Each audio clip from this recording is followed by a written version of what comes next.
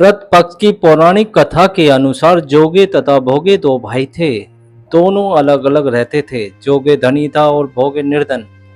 दोनों में परस्पर बड़ा प्रेम था। जोगे की पत्नी को धन का अभिमान था, किंतु भोगे की पत्नी बड़ी सरल हृदय की थी। प्रतिपक्ष आने पर जोगे की पत्नी ने उससे पितरों का श्राद्ध करने के लिए कहा, तो जोगे इसे व्यर्थ का कार्य समझकर टालने की चेष्टा करने लगा। किंतु उसकी पत्नी समझती थी कि यदि ऐसा नहीं करोगे तो लोग बातें बनाएंगे। फिर उसने अपने मायके वालों को दावत पर बुलाने और अपनी शान दिखाने का यह उचित अवसर लगा। अतः वह बोली, आप शायद मेरी परेशानी की वजह से ऐसा कह रहे हैं, किंतु इसमें मुझे कोई परेशानी नहीं होगी। मैं भोगे की पत्नी को बुला लूंगी, दोनों मिलकर सारा काम कर लेंगी।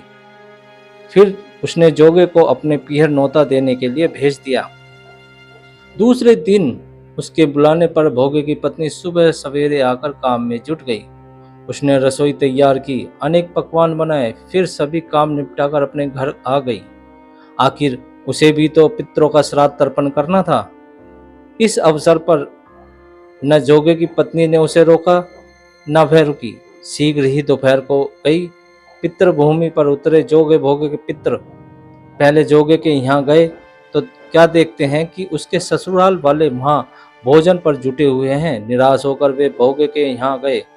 वहां क्या था, मात्र पितरों के नाम पर अगियारी दे दी गई थी।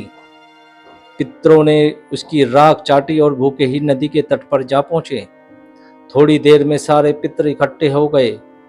अपने अपने यहाँ आने के श्राद्धों की बड़ाई करने लगे। जोगे भोगे के पितरों ने भी अपनी आप बीती सुनाई। फिर वे सोचने लगे, अगर भोगे समर्थ होता तो शायद उन्हें भूखा न रहना पड़ता, मगर भोगे के घर पे तो 2 जून की रोटी भी खाने को नहीं थी। यही सोचकर उन्हें भोगे पर दया आ गई। अचानक वे नाच नाच कर कहने लगे और गाने लगे, भोगे के घर धन हो जाए। सांझ होने को हुई। भोगे के बच्चों को कुछ भी खाने को नहीं मिला था। उन्होंने माँ से कहा, भूख लगी है। तब उन्हें टालने की गरज से भोगे की पत्नी ने कहा, जाओ, आंगन में औंधी पड़ी है, उसे जाकर खोल लो और जो कुछ मिले बांटकर खा लेना। बच्चे वहां पहुंचे तो क्या देखते हैं कि औंधी मोहरों से भरी पड़ी है। वे दौड़े दौड़े माँ के पास पहुंचे और उसे सारी बातें बताईं। आंगन में आकर भोगे की पत्नी ने यह सब कुछ देखा तो वह हैरान रह गई, पर वह घमंडी नहीं हुआ। दूसरे साल का प्रतिपक्ष आया। श्राद्ध के दिन भोगे की स्त्री ने 56 प्रकार के भोजन बनाए। ब्राह्मणों को बुलाकर श्राद्ध किया, भोजन कराया, दक्षिणा दी। जेठ जेठानी को सोने चांदी के बर्तनों से भोजन कराया। इससे पितृ बड़े प्रसन्न तथा तृप्त हो गए। तो दोस्तों, कैसी लगी ये प्रतिपक्ष और श्राद्ध की कहानी? अगर अच्छी लगी हो तो चैनल को लाइक करें, शेयर करें, सब्सक्राइब करें। धन्यवाद।